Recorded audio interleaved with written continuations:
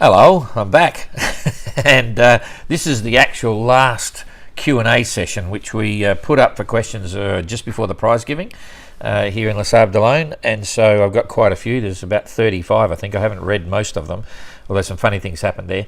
Anyway, yeah, it is winding down. We've still got a couple of GGR boats on the marina, lots of little backstories happening, and so going forward from here for the next few years, we'll still keep putting GGR stuff up on Facebook and on YouTube. There'll be lots of things coming up from Entrance. They'll get access to their onboard footage now, and no doubt the Entrance will be making video clips and putting up there on their channels, and we'll share that on GGR. As we get closer, we'll be or certainly in the next, I think in October, September, October, we're going to announce the current entrance in the 2026 GGR. There's quite a few at the moment, and we'll focus on that. We're actually now going through all the media analysis. You probably might have seen some of the social media statistics, which were pretty mind-blowing, 30 million hits on the tracker and all that sort of stuff. But that'll be done as an official report, and it'll take us a couple of months yet. It'll be July, August, September. Probably sometime in September we'll have the official media summary. And that's really about it. It sort of all came to an end rather suddenly, but it was an amazing prize giving. Les Sables d'Olonne know how to put on a party, that's all I'll say, and they've been great partners, so we're very happy with that. I mean, all the entrants, it was a fitting tribute to them for the end of the GGR. It really was a big day, and it was quite exciting. So now we're just tidying up. The office is still a bit of a mess, but the team's at it. So now for the questions here, and first one, John Pinto. Will the 2026 GGR use Les Sables d'Olonne, or will it be moved to Portsmouth now that the OGR is there? That's kind of interesting. As you know, it's been very hard to get into the UK. No one in the UK wanted the GGR, and no one really wanted the OGR in the UK either. But fortunately, we had a silent backer there, a corporate entity, and that fell in line perfectly with MDL at Ocean Village. They're celebrating their 50th anniversary as well. So we're able to, at the last minute, find a home in Ocean Village in Southampton, which is really good. As to the, where will the next GGR take place? Who knows? The situation is now Les Sables d'Olonne have got the first option, obviously, on that. And if they think the story and the media and the return on their investment, because they invested a lot of money in the GGR, I won't go into the details, but it was significant. The cost of the village and all the other support they give us, which is fantastic. They'll assess that, and it'll be up to the city officials and the community to decide whether we're here or not in 2026. But I'd imagine that situation will resolve itself in the next 3 or 4 months or so. So we'll just have to play that by ear. But would it go to the UK? Who knows? That certainly only if we weren't, we had started looking for somewhere else to go. But we'll see how the OGR goes there, and we're quite keen to see what the response of the British sailors and the British community and so on is going to be.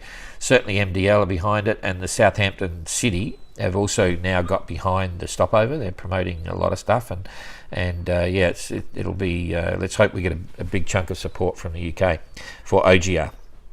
Okay, Rowan, will there be a book published in future about the races? This is a time situation. I could have written a book on the 2018 GGR, and if I had time, I could write a book on the 2022 edition. My first scenario goes that there is a huge amount of material, better than any book, actually on YouTube right now, and on the blogs and the SoundClouds and all that sort of stuff.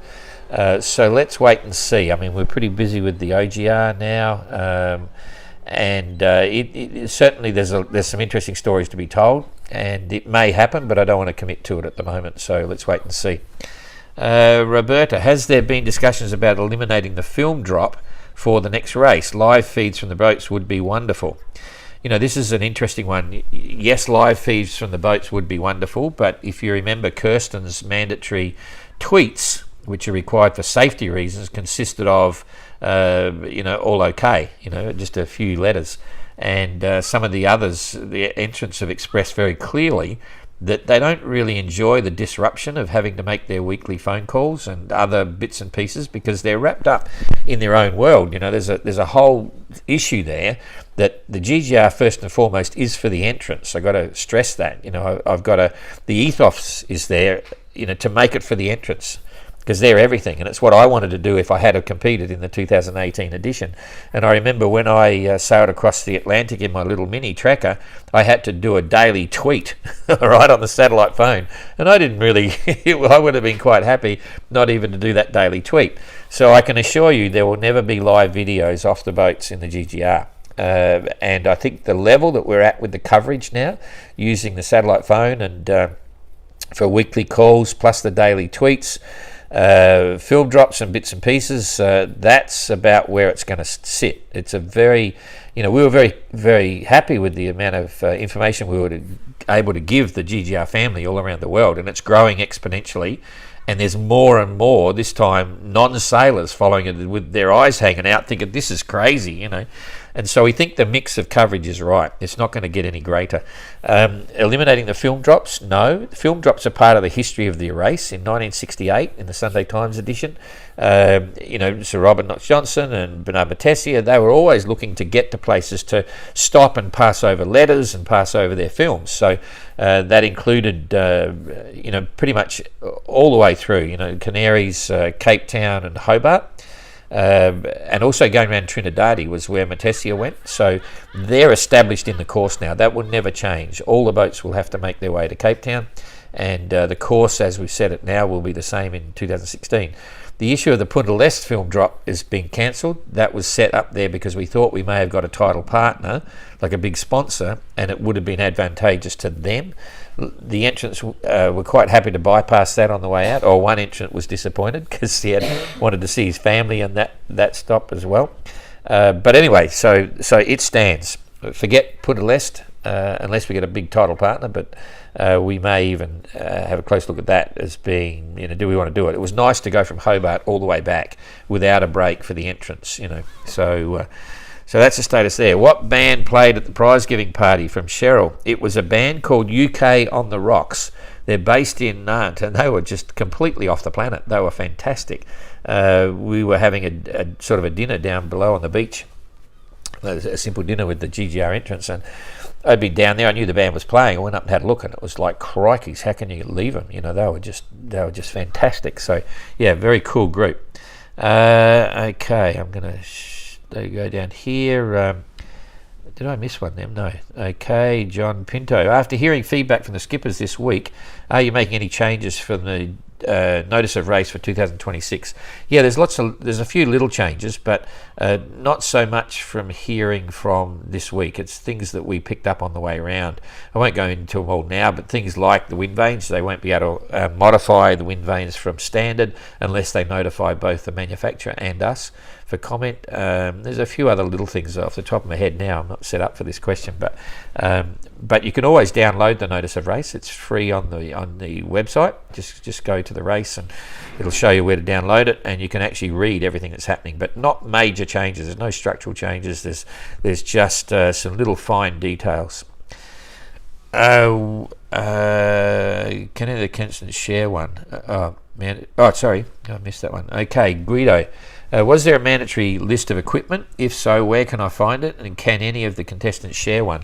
It's all available. In fact, if you're a cruising sailor and you wanted to know how to set your boat up to go cruising around the world, not through the Southern Ocean, but anywhere, you could use the notice of race, the GGR notice of race, as a tick the box routine, and there are some very sound reasons for all of those safety requirements. So, but as I say, yeah, all the list is there. Go to the 2026 GGR pre-notice of race on the website, download that one, and you'll get all the information you need.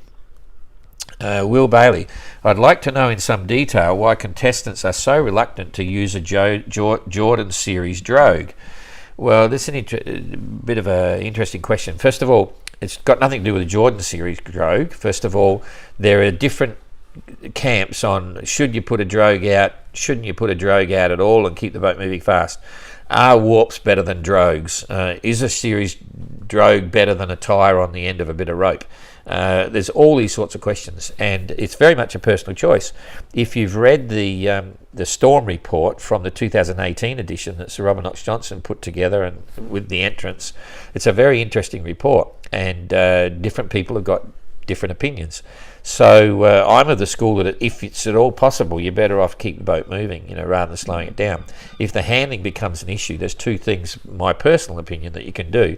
One is to stream warps, which allows you to vary the amount of drag more so than a drogue, and it's easy to retrieve and set. And the other thing is to put a vane sail right up the front of the boat. And I refer to this often. A vane sail is a tiny bit of flat cloth, like 10 ounce, so it's bulletproof. You strap it amidships, so it's sheeted dead centre, and it's as far forward on the boat as you can possibly get it. So it's not a storm jib. You're not going to claw off. You're not going to claw off a lee shore with it. You need your storm jib. But this one is particularly for extreme heavy weather in big seas, where you're running before it to keep the boat going straight. And the idea is like a weather vane. You have this bit of cloth right up the front. If the boat rounds up and starts to broach, not only are your warps trying to hold the stern to, but the vane sail is pushing the bow down straight away. If it goes the other way, it acts as the wind and it pulls it down. So a vane sail is a really understated item, and I'm trying to commit this to everyone. It's my name, and it's Sir Robert Knox-Johnson's idea. If you read his book with Sue Haley, he was running warps, but he had this tiny little triangle of cloth that he'd put on the furthest forestay right at the end. So it's not a storm jib, strap it amidships just to blow the bow down. And it's the most sensible thing I've ever heard of. It's really cool. So Captain Goog did it for this race. I don't think he ever had to use it, but he made one. We discussed this at length, and he said, yeah, good idea. So he made a vane sail for his boat, and I'd recommend that to anyone. So then the issue of the Jordan Series Drogue. The best part about the Jordan Series Drogue is their marketing campaign, and it's, I've got nothing against the Jordan Series Drogue, but too many people think all you've got to do to survive storms is go and buy a Jordan Series Drogue and put it in your locker and you're ready to go. It's not like that, First of all, you've got to know how to use the drogue, what it's doing, all those sorts of things. And you've got to know how to set it. And drogues, any drogue, can be extremely dangerous. I know one guy dislocated his knee with that. Another guy nearly lost his hand that I know personally. And so you've got to be ready for it. And if you are, there's nothing wrong with a series drogue. So what are we doing on Explorer? I mean, I've got a Swan 57 Ketch, which is 24 tonnes. What am I doing? Not a series drogue, but I am taking warps, and I am taking a big tyre, like a big radial car tyre. I'm painting it white with a blue stripe so it matches the Norta Swan look. And that'll be part of our storm routine, on a 20-tonne boat, 23-tonne boat. And so Captain Coconut happened to be my skipper. He had tyres in the GGR, and I think tyres are a great idea because, again, they're easy to set. Put a bit of chain around it or run your warp through it, but chain is easier. It creates enough drag to act as a restrainer on the transom. So then there's the whole issues. I'm trying to give you the detailed answer here, but I'm about to finish. On every boat, it performs differently in every storm. So no two storms are the same. The wave pattern will be completely different, and so you've got to set your boat up. So it's not just a simple case of sticking it out there, but certainly the Jordan Series Drogue is a good one, but there's lots of other options as well, and everyone's got a different idea and different opinion. There's no right and wrong in storms, but you can get yourself in a situation where the boat's not handling the way it should do, and if you don't do something and it's not handling right, then you're asking for trouble. So you need to experiment, and that's exactly what Bernard Battessia used to do, and it's exactly what Robert Knox-Johnson used to do, and it's exactly what some of the entrants are doing as well. So don't just go and buy a Jordan Series Drogue and think you're saved. It's a big subject. Okay, next one. Matt Joseph. Best way to have sea miles recorded and recognised to enter the GGR. Hi Matt, if you're thinking of the GGR, just make sure someone can prove it. It's not that complicated. We can tell. If you're coming down to the line, you have to have 4,000 miles before you put your entry in, and you've got 3,200 or 3,720. Don't worry, we're not going to be jumping up and down. In fact, we say to some, we've let some people into the GGR when they haven't got the 4,000 miles, but they give us a distinct plan of when they're going to get that. before they can enter, and so they might have 3,000. I say, yeah, come and join now, and because they've said they'll do the next 2,000 in the next 6 months or something, so that's okay as well. So it just needs to be believable, and someone needs to verify what you're doing. So yeah, write it in your log, keep a track of it, and get people to be aware of it. John again, God goes, hi Don, are you going to do one last Q&A session? Oh, that's what we're doing now. Okay. And Meek, where's the prize giving video? Okay, so the prize giving video is actually on YouTube. You can go to the GGR YouTube and you'll see the live recording of that there. And there's been a few different little summaries done of that as well. So, and I think Ada did the best one, and I'm pretty sure, is yours on YouTube? Yeah, I can put a link in the commentary. Yeah, because she did an English commentary one, which was fantastic because it was a summary of the hour, and it was cut down to about 15 minutes. And she's done a captions, like subtitles in English, and then she's done a live English translation of some of the things that people said.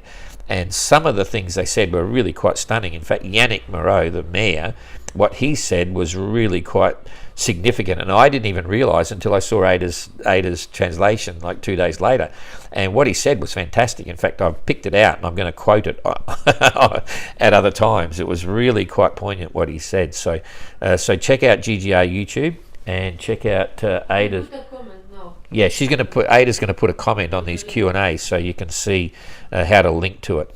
Okay, so. Okay, Andrew, will you get an in fact, this is funny. I got a question here from Andrew. So, will you get an improved media team for the next event?